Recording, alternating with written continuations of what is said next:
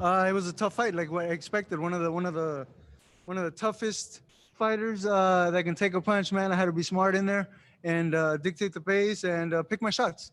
I controlled the fight.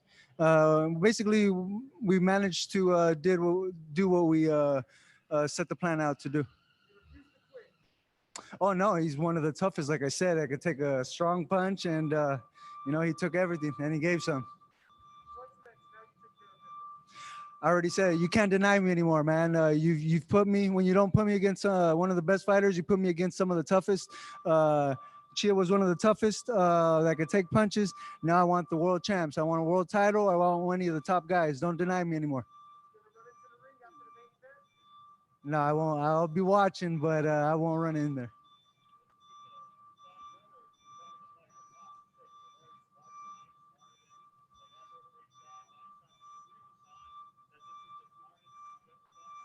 Yeah, I think the work that I put in with my team, Robert Garcia and the entire Robert Garcia Boxing Academy has has showed in every single fight. I get a little better, a little smarter, and come out with W's. And today I stopped one of the toughest fighters that, from what I've heard, has never been stopped before. Props to him. He stood in there, stood his ground, and never gave up. He took some hard punches, and I think the referee made a good decision by stopping it. He could have stopped it a little earlier, but either way, he stopped him and did the right thing.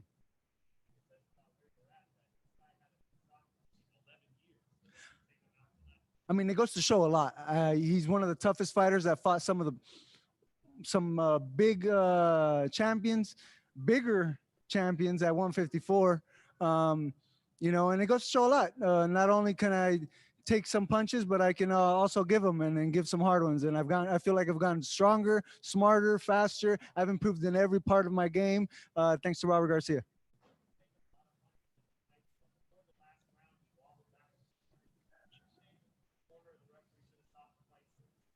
Yeah, I do. I do. I felt it, but unfortunately, I have to go in there and help finish the job. But it just goes to show the big heart that he has.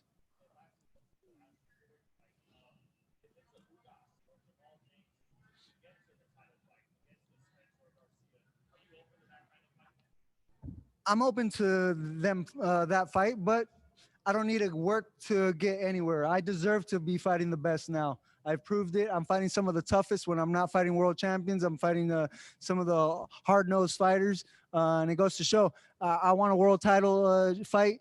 I'll take the winner or loser of tonight's fight. Any of the top dogs, I need to get in there with them. Not only, am I just as good as them? I'm one of the most entertaining fighters there is right now in the welterweight division.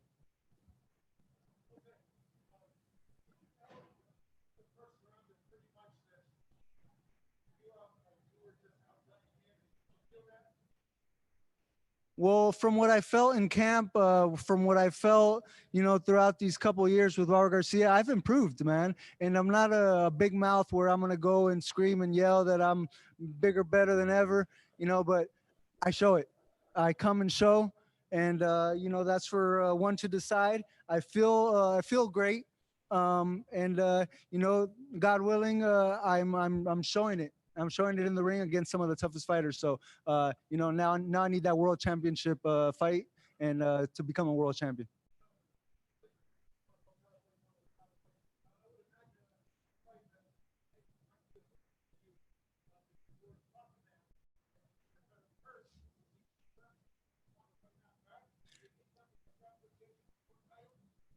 Definitely. I mean, I would love a world title fight. If it's not a world title fight, any of the top guys, let's give the world some action. That's what I'm here for. I'm here to entertain.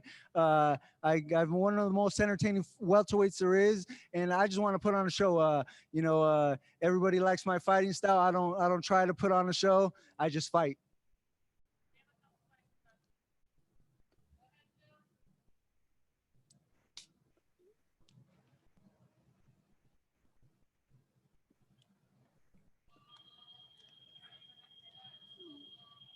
Okay, we'll take a couple questions via Zoom. Kenyon Atchison, you can go ahead and unmute your mic and ask your question. Great fight, Josecito. How did you feel like breaking them down to the body was going pay off dividends for you going into the 10th round like that? You know, we worked our position. You know, we mixed it up a little bit. He is a dangerous puncher. He does have a heavy hand. You know, so we were a little cautious, maybe a little too cautious at times, but, you know, our game plan was to be smart, pick our spots, and, you know, break them down little by little. You know, it might have taken me a little longer than I thought it would have, but, you know, I finished the job. All right. We'll take our last question for Josecito from Carlos Toro. Carlos, you can unmute your mic and ask the question. Congratulations on the win, and apologies if this was asked before I couldn't hear the rest of the media asking questions. But when you knocked him down in the first round, were you surprised that you were able to get to the body and break him down that quickly, about 90 seconds into that first round? Did you think that maybe you could potentially have stopped him earlier? Yeah, like I said, I wasn't surprised that I hurt him. I'm very strong. I feel it in my body. I wasn't surprised that I dropped him, but you know, like I said, our game plan was to be cautious, be smart. You know, like I said earlier, it might have taken me a little longer than it should have, but you know, I was smart against one of the a tough fighter that's gritty, that can take punches, and you know, can give them. All right. Thank you very much, Josecito. Congrats on the win. All right. Thank you.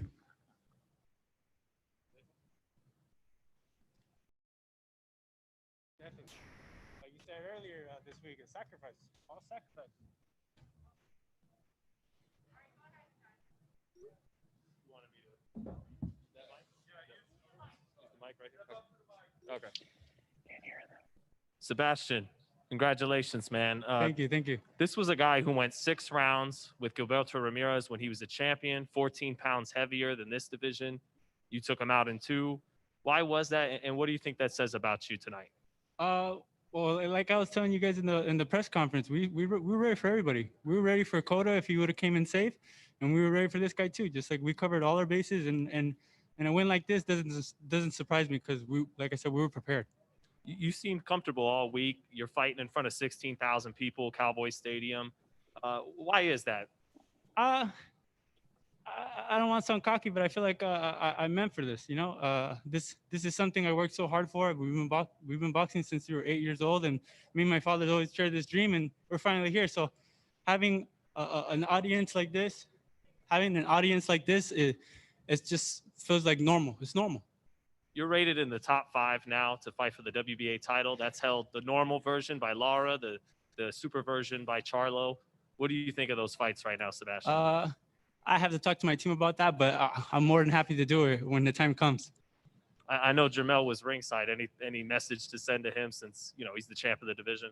No message right now. Like I said, we got to talk to everybody first before we do something, before we start calling out names. But hope he holds it. Hope we can meet up one day.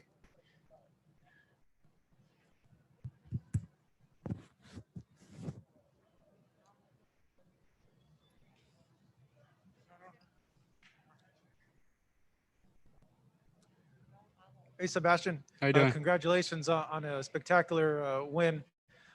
Let me ask you this. In terms of your progress, you personally, how do you feel? Do you feel that you've peaked, you're about to peak, you're not even close to peaking? Like, where do you gauge your growth at this point? I don't think I'm peaking yet. I turned 23 this month. I still think I'm pretty young, so we have plenty of room to grow. This is only my 17th fight, so I plan to be in the sport for a long time, and I plan to be a champion, and we're not there yet, so we're definitely not at our peak yet. Given that, I know world title opportunities, at times you got to take them. It looks like time is on your side, though. Like you said, you're very young. You're not even close to peaking. Have you had the thought in your mind that maybe I should just take my time? It'll come, no doubt. But let me just take my time a little bit and let me develop a little bit more. Yeah, it's that I feel like people ask me that question a lot, but it's not really my decision, at least in my team. I have to sit down and talk to my team about it, my promoter, my manager. trainer. We all had to talk about stuff like that before I can just say something by myself. You know, for me, this is a team sport.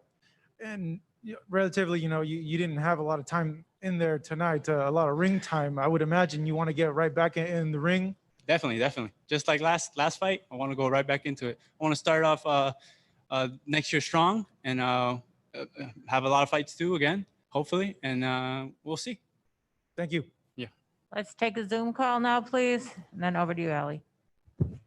All right, thanks. We'll take our first Zoom question from Fago Franklin. Fago, you can unmute your mic and ask your question.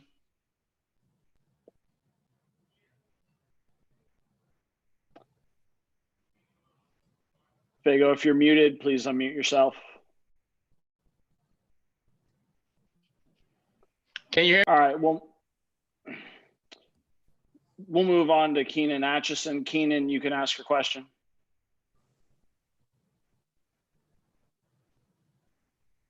Sebastian, when you caught him with the uppercut in the first round, did you realize at that very moment that he couldn't take your power? Definitely. We saw him buckle a little bit. So I heard my father yell from the corner that he was already shooken, and I saw it too with my eyes. And from there on, I thought I was like, this guy can't take the power, so I'm just gonna walk right through him. All right, we'll take our next question from Fago. If you can unmute yourself now, please ask your question. What did you learn about yourself in this fight today? Just to keep focused, I feel like with every fight we learn something, but this one was I think too fast to learn something. I think if anything, I learned everything through camp, and not to take that much long of a break and just keep working because this is my job and I want to take it serious. All right, great. Thank you, Sebastian. Congrats on the win. Of course. Thank you. A couple quick ones. I know we want to go see the main event. So first of all, what do you tell all your fans, people who love you? You have a huge following in Coachella. Thank you for watching. Thank you for being a fan. I plan to continue putting on shows for you guys, and I guess to see you guys at the top. All right, thank you.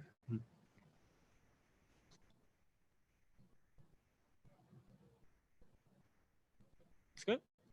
Right on. Okay, we have Danny Garcia. We're going to go ahead and ask the Zoom questions first and wait for the media. Come on in. Zoom, go ahead, Andrew. All right. David Melandra, we'll take your question first. You can go ahead and unmute yourself and ask your question. Angel, go ahead.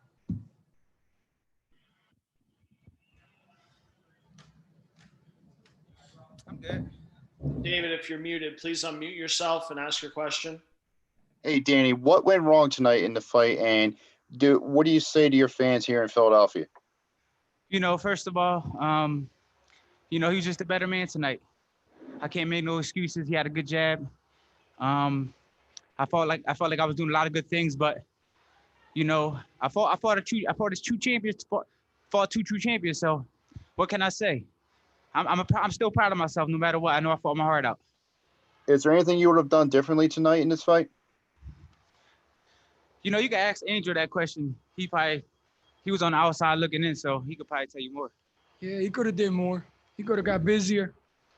He could have did what he did at the end of the round right there on 12. He could have did that. He was just giving him too much respect. He hurt him at one time. He didn't hurt him, like buckled him, but I can see he shook him a little bit. And he let him come back into the fight. So the only thing Danny did wrong today, he didn't get busy enough. All right, media, as a reminder, if you have any questions for Danny via Zoom, please raise your hand. Our next question will come from Roberto Vinces. Roberto, you can unmute yourself and ask your question.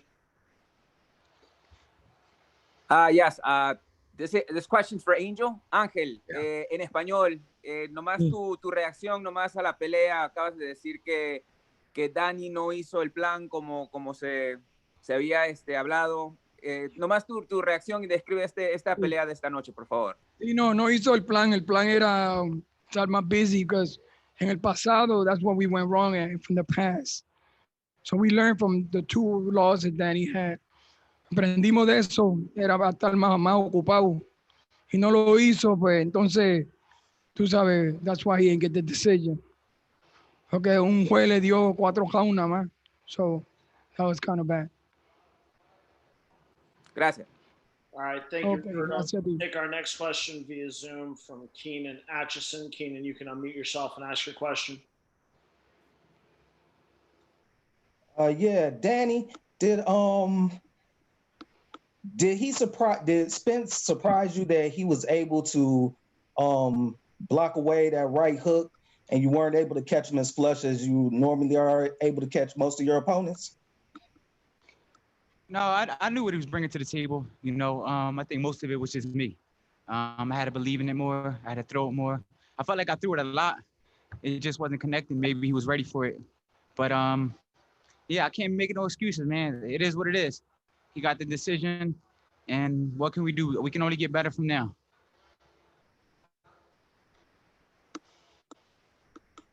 All right, we'll take another question from David Melandra. David, if you have another question, please ask your question. Hey, Danny, what do you say? What was it tonight that it seemed like you were not using your jab enough? What was it? The way he was defending you most of the night? No, I just think he had a pretty good jab. He had a pretty good jab. It was rangy. It was throwing my timing off a little bit, and I think that was the key in the fight. His jab, but that's pretty much it. Everything else, I was adapted to it. I knew he was going to go to the body. I knew he was going to throw those looping left hands, but his jab was a little better than I expected. All right, thank you, David. If we have any other question, oh, here we go. Mark Wicker, we'll go ahead and you can unmute yourself and please ask your question. Danny, you fought Porter, Thurman, and now Spence. What separates Spence from the other two guys? You know, I feel like they're all kind of on the same level. He just, I think he has a better jab and he's stronger than all three of them. Physically stronger than all three of them. But I feel like they all have different type of strengths. But I think he may be the strongest one out of all three of them.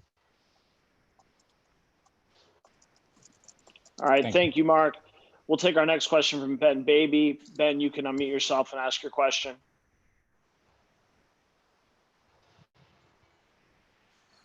Yeah, Danny, I mean, throughout that fight, is there something how surprised were you with the shape and condition he was in? And did you think that you'd see maybe more rust than you saw tonight out of Spence, given the layoff and the accident? You know, he was in shape. I was in good shape. But like I said before, I think we were both in great shape. I just feel like the key to the fight was his jab. You know, he took his jab away. If I would have took his jab a little bit more, I feel like I would have been more successful. And that was pretty it. That's pretty much it. I think that was the key to the fight, his jab. Other than that, I feel like everything else, I knew what he was going to do. We had a great game plan. You know, I should have been busier, but it's easy to say.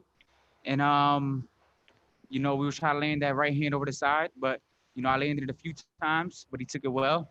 I hit him to the body pretty good. Sometimes he took it well. You know what can I say, man? He's a true champion. I'm a true champion. We fought hard for 12 rounds. And the judges gave it to him. He was the better man. I can't make no excuses. I'm a true champion. It's all good. All right, thank you, Ben. We'll take our next question from Fago Franklin. Fago, you can unmute yourself and ask your question. Despite the pandemic, what does it mean to you that you came out here and gave your fans a good fight tonight? You know, it means a lot. You know, it's crazy times right now in the world. And, you know, it's a crazy time for sports. And, you know, I'm blessed enough to, me and Errol Spence are blessed enough to even fight a pay-per-view fight, a big fight, this fight, with these times going on in the world. So, you know, it's a blessing to the fighters and the fans. It's a blessing for everyone to give someone to do it. There's a lot of people who flew out here from all around the country. You know, they're on lockdown, so they want to come out here and have a good time. And we gave them a good show. All right, thank you, Fago. We'll kick it back to questions from inside AT&T Stadium.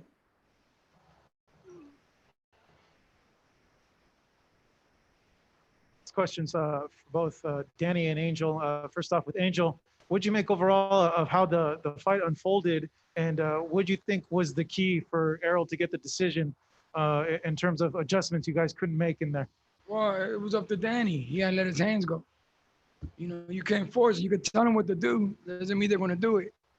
You can have a plan, and that means, Danny should have got busier. We learned, like I said before, that was the pass he brought him back. That was happening in the other fight. He wasn't busy enough. That's the only thing he did. He took the shots well. He dipped and slipped, but he didn't counter. If he would have did a little more countering when he was dipping and slipping, that was the game plan. He took shots well. You know, he gave him back. He hurt one time. I thought he hurt Spence a little bit. In one round, he didn't drop enough, but you know, he hurt him. I seen him buckle a little bit. But then he let him get back into the fight. And then Spence was stealing the rounds too. He would get busy at like a minute into the fight. And, you know, there a minute left on the fight, on the rounds. What he could have did better was that, get busier. But it's all about punching, man. It's about landing. It's not about looking pretty, slipping and dip, but you got to counter that. You can't slip and dip, don't counter. The judges don't give you points for that. You win round by landing. You have to land punching. And that's what Danny did tonight. He didn't land enough. If he would have did what he did in the 12, the last round, the last couple seconds of the last round, that was the fight he was supposed to give him. You see how he held, he was strong, but he just didn't let his hands go. Danny, what was so tricky about Errol's jab? It was he has good reach. It's a strong jab and it has good timing and he knows when to throw it. He knows when to step to you. So I think that was the key to the fight, to be honest. He had a good jab. He used it well. I was trying to get around it to land some body shots, try to use my own jab. And he was getting around it. Yeah, you just had a counter. You did well. He didn't hit you with jabs like that. No, I'm just saying. You making it say he killed you with a jab. No, I'm just saying that was the key. He didn't kill you with that jab. You just didn't counter the jab. You seen everything. You seen everything, man. Stop saying it. Next question.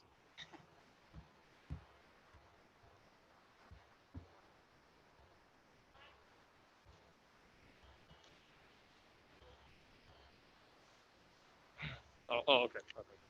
Danny, you said it earlier. It's so much easier said than done.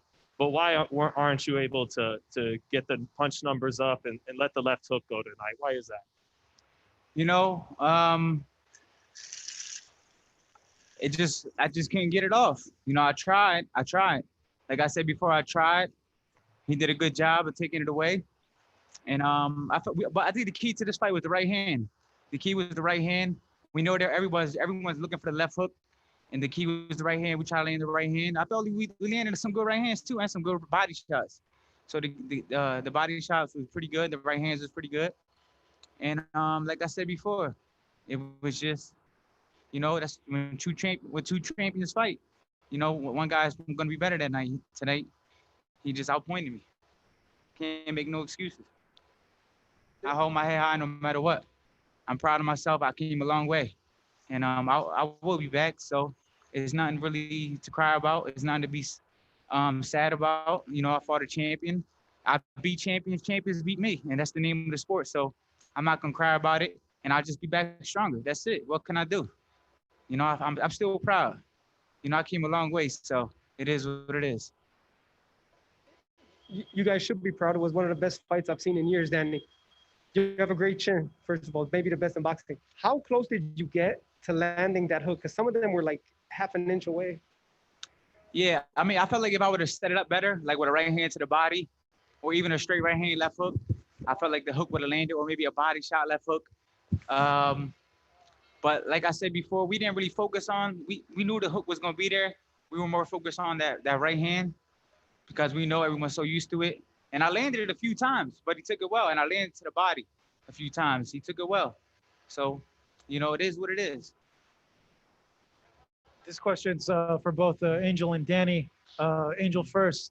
Do you think maybe right now is the right time for Danny to maybe dip his toes at 154? I know you guys have talked about that in the past. That's something that you guys maybe like to try out. Do you think this is the time now, or do you want to stay at 47 still? I mean, we go to 54, but the weight's not the problem. You still got to sacrifice, because if you go to 54, you're walking around 190 pounds.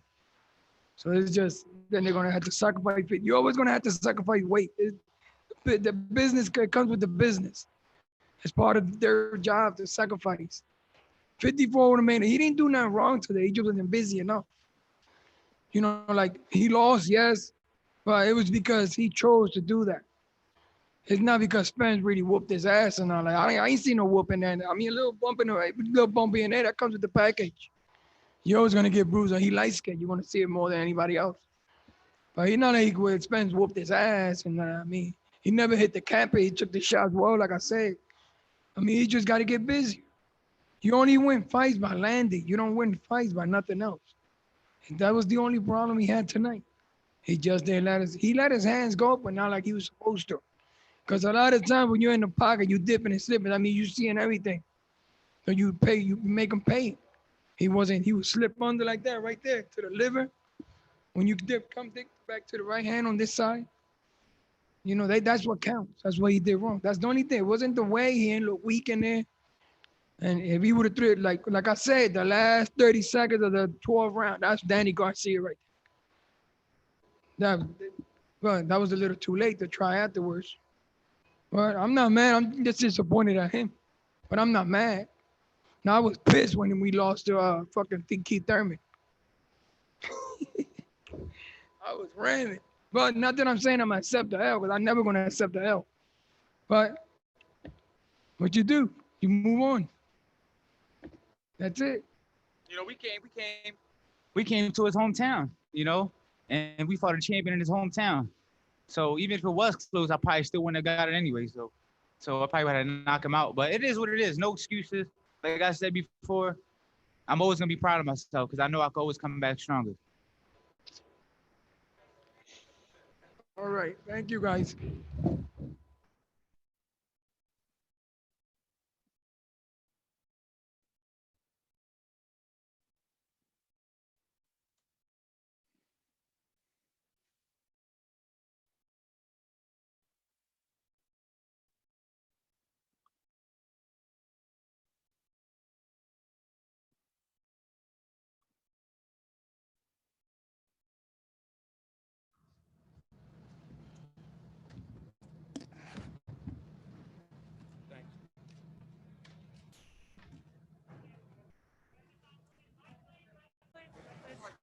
Okay, we're going to go with the Zoom questions first and then in the room. Andrew, take it away. All right. Thanks, Kelly. We'll start with Ben Baby. Ben Baby, you can unmute yourself and ask away. Errol, Danny said that he thought the jab controlled the fight tonight. What made that so effective, and did you expect that to be as successful as it was throughout the evening?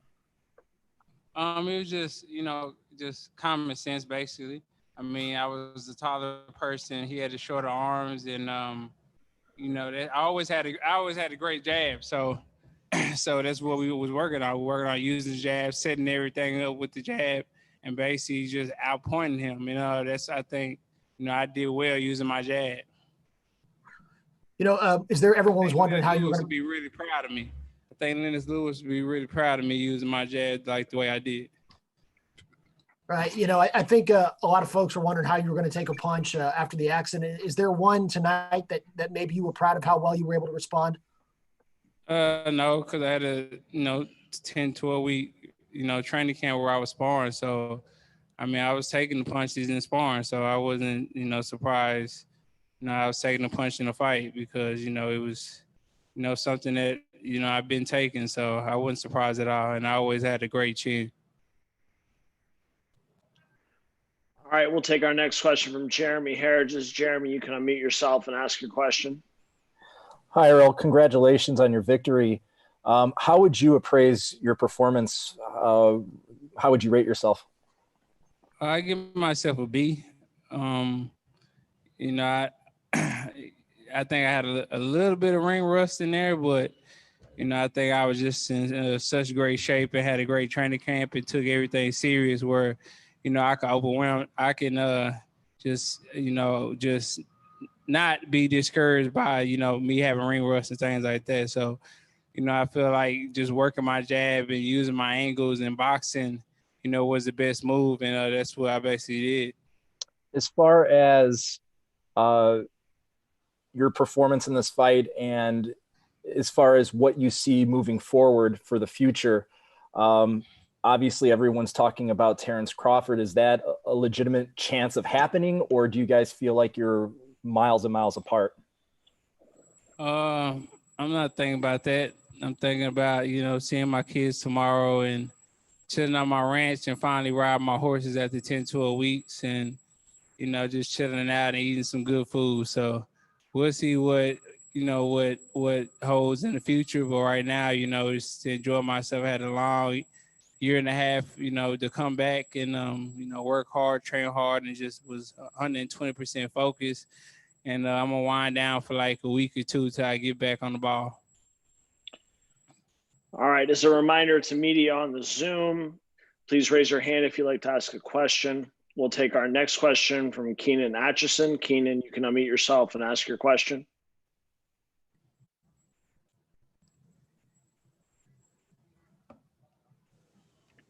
Keenan? Yes, please ask your question, Keenan. Keenan? All right, we'll move on to Mark Wicker. Mark, you can unmute yourself and ask your question. Errol, what was the sensation like walking in tonight? You seemed like you had a smile on your face. I'm sure it was probably had to be a little bit emotional after such a long time and everything that happened. How excited were you when you made that walk into the ring? Oh, I was super excited. I mean, this is my home. This was a lifelong dream of mine, just, be a household name in Dallas, and now I'm a household name. And, I was just thankful to have, fans here and family here and, everybody support me. And I was smiling because it was a long road to come back. And it was a lot of, sacrifice and, just, buckling down and staying focused and, trials and tribulations to get to this point, to tonight. And I got to that point and, it paid off. So, like they say, everything happened for a reason. And I feel like, I'm here for a reason. And, I basically proved that, I'm back and I'm here to stay. And I'm the unified champion of the world. And also, how did that first round feel? I mean, you were sharp. It didn't look like it looked like you had kind of taken up where you left off. And did that feel any different than any other first round you usually fight? No, it was just, like I said, I've been training. I've been in the gym for probably March. I've been in the gym since March, late March. And, we just been working and training hard and just, being 100% focused. So I was just, this training camp, I was just in the gym 24/7. I dedicated, basically everything just to come back and get back. And I knew I had to be just focused and go back to what I used to do and being in the gym all the time and being actually a gym rat and not just going to training camp when I got a fight coming up and actually just being there and being ready, when I got that call. So, this training camp was a little bit different. It was like back in the day where I was already, I didn't have to lose 30, 40 pounds. I was actually in training camp, training for strategy and things like that instead of, trying to lose weight and going to the gym knowing I got to lose, this amount of weight. I was actually, already on weight and just, focus on strategy. All right. Thanks, Mark. We'll take our next question from David Melandra. David, you can unmute yourself and ask your question. Hey, Errol, congratulations on your victory. At any point in the fight tonight, did any of Danny's punches hurt you at all? Feel like you're in jeopardy of potentially losing this fight? No, I didn't. I felt some of his punches, but they wasn't hard enough to hurt me or, to wobble me or discourage me, or it wasn't really nothing like, man, like this dude can really punch. He was more strong than anything. So, but I give him all this kudos, great fighter, Iron Chin, came to fight. And, I think, he basically, tried to take my title and, I defended it well at home. So much respect to him for just giving me his opportunity and accepting the fight and coming to Dallas and fighting me. All right. Thanks, Errol. We'll kick it back to questions inside AT&T Stadium. Errol, congratulations. I know it was a long, long road to get back to this point.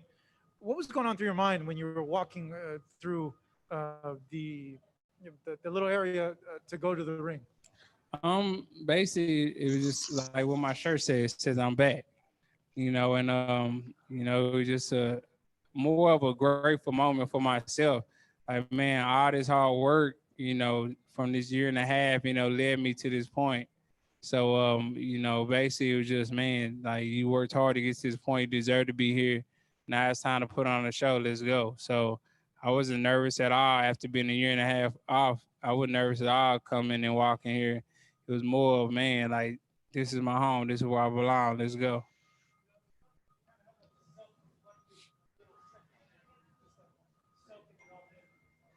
Definitely. I mean,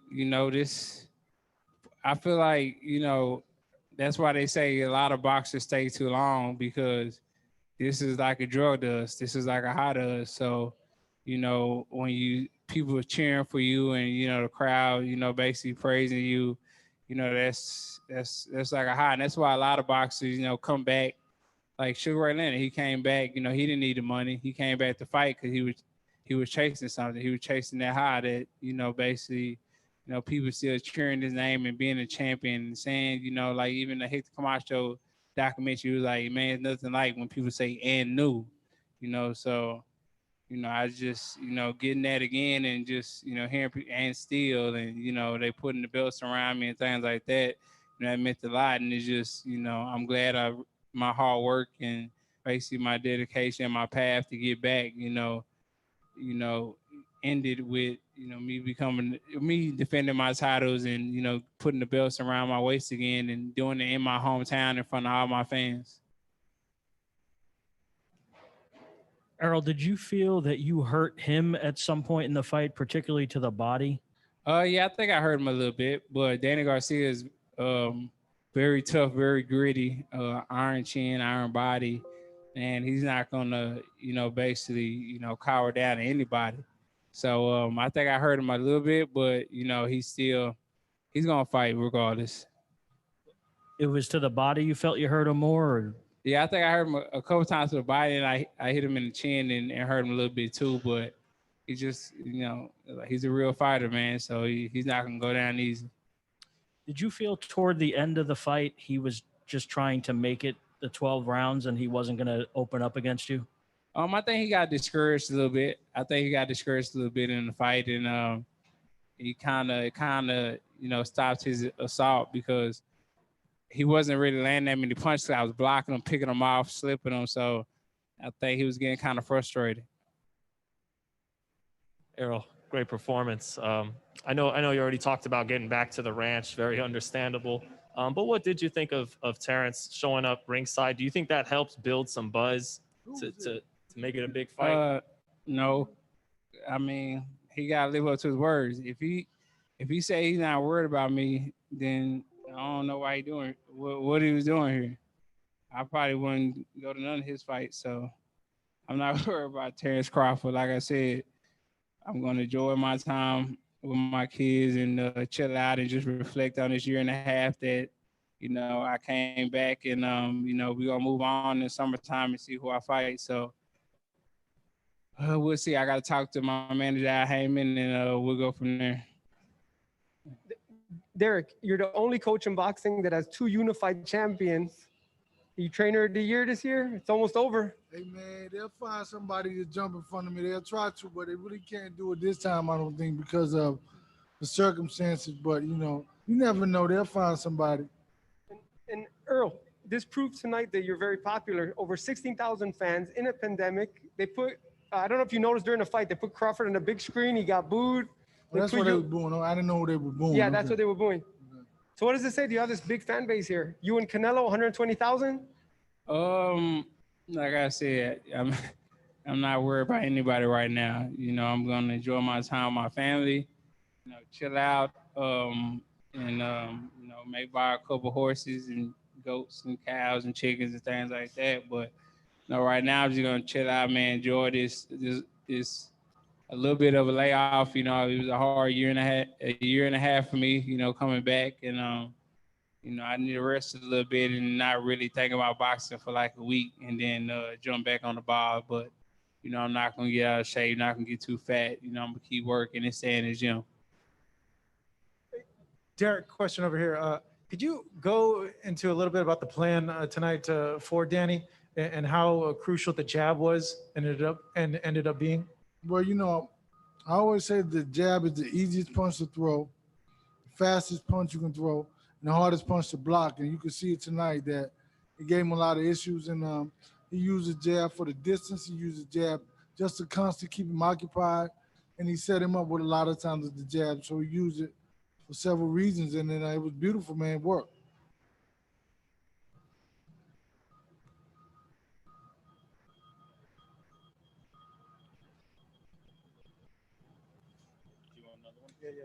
Derek, in an ideal world, you being Errol's trainer, how quickly would you want to see him back? And what, I guess, what more do you want to see out of him? He said he gave himself a B.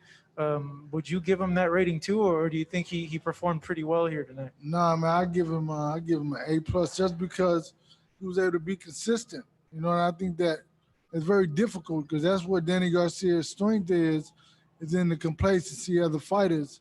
The fighters get comfortable, they get complacent, and he catches them with a good shot. So myself, I would give him an A only because of the fact that his level of consistency.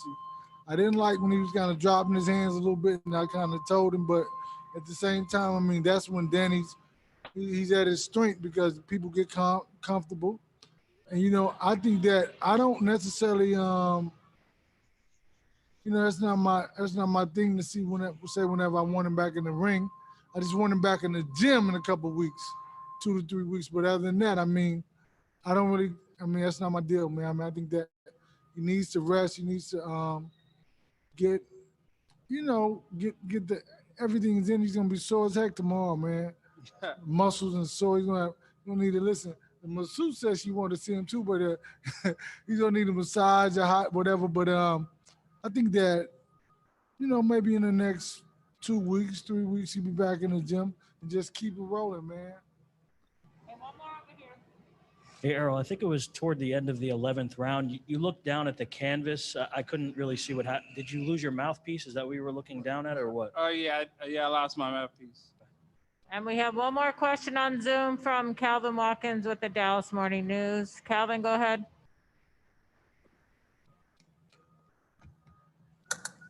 Hello, can you hear me? Yes, sir. Please ask your question. Earl, at what point during this fight did you feel like you were the stronger guy? Did you know that coming in, or as the fight was progressing, did you feel like, oh, I'm the bigger guy, I'm the stronger guy? I could just feel it as the fight was going. I kind of knew that I was the stronger guy just because, you know, I'm stronger than a lot of people, you know.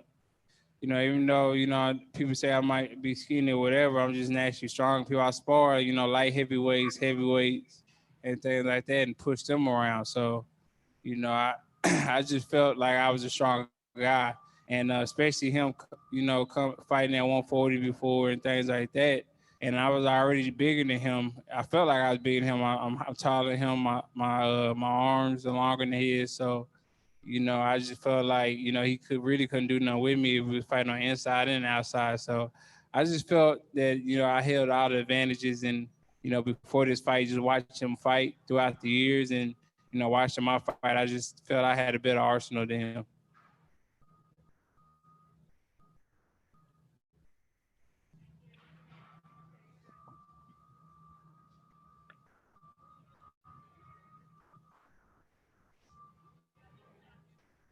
I'm done.